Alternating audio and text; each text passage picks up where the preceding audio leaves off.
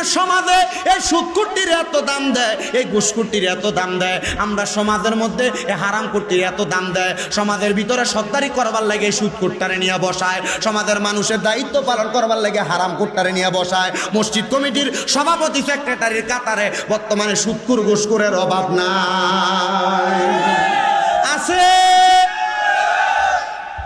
আমি জানি কেডা খা, হুজুরও সুদ খা, কি তো আসলে এটা হুজুর নি, ও পাঞ্জাবি গায়ে দেয়, কি তোর করি এই মামা কেমনে আবার সুদ খাইলে শব্দ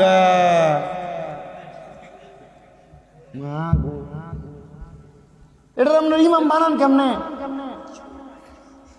আল্লাহ আমরারে বোঝার তৌফিক দান করুন, জোরে বলেন আমিন।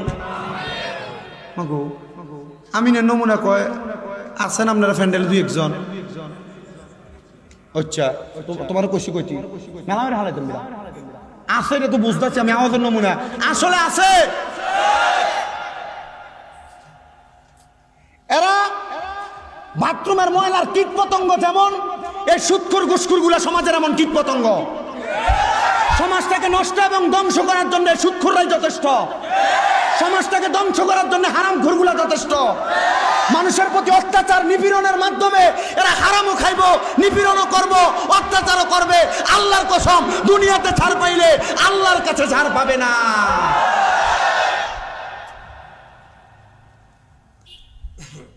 বাবা তুমি বইও, আল্লাহর দোহাই লাগে, যদি কবরের কঠিন আযাব থেকে বাঁচতে চান এমন হারাম খাওয়া ছাড়েন। এখন বেড়া মানুষ সুদ খায় না, চাচা 1 লাখ টাকা দেন না, সান না হয়নি কাকা, আমার কি কামাই রুজি আছে? আসলে কামাই রুজি নাই। এবারে দেখবেন রিস্কো চালানা, অটো চালানা, কোনো কাম কাজও করে না, সাধও নেবে, লম্বা লম্বা কথা কয়। আপনি চলেন কেমনে? ও নাই তো কিছু, কেমনে চলবে কাকা? 50 টাকা দিয়ে ব্যবস্থা করা যেত না?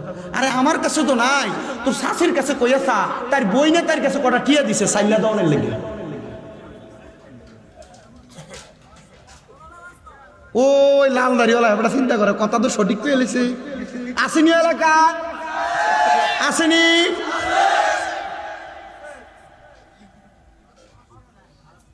কম খায় না, বেশি খায়। আবার এমন দেখবেন বহুত সুদখোর নামাজি আছে, 5 ওয়াক্ত ইমামের পিছন দিয়ে দাঁড়া।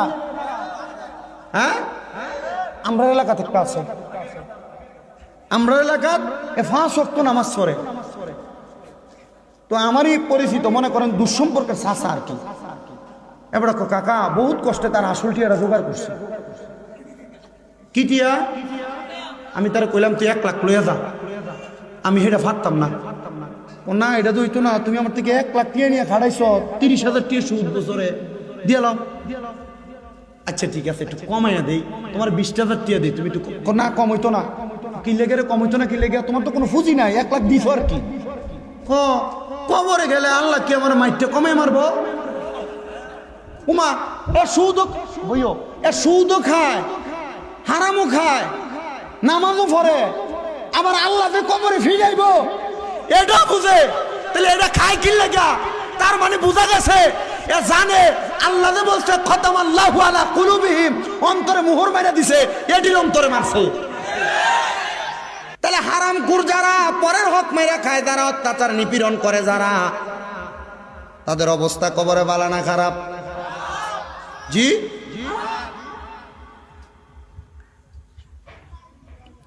এবার কবরে কঠিন আযাব, হেমারের আঘাত, নীলচক্ষুওয়ালা দুজকের আযাব ওয়ালা ফেরেশতা।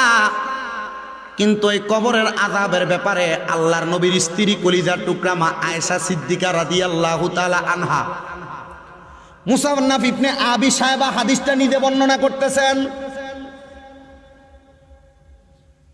উনি বলতেছেন আম্মা জান আয়েশা সিদ্দিকার কাছে একবার একজন ইহুদি আসলেন। ইহুদি আয়েশা বলেন, ওগো মা, আপনি আমার সামান্য সহযোগিতা করেন।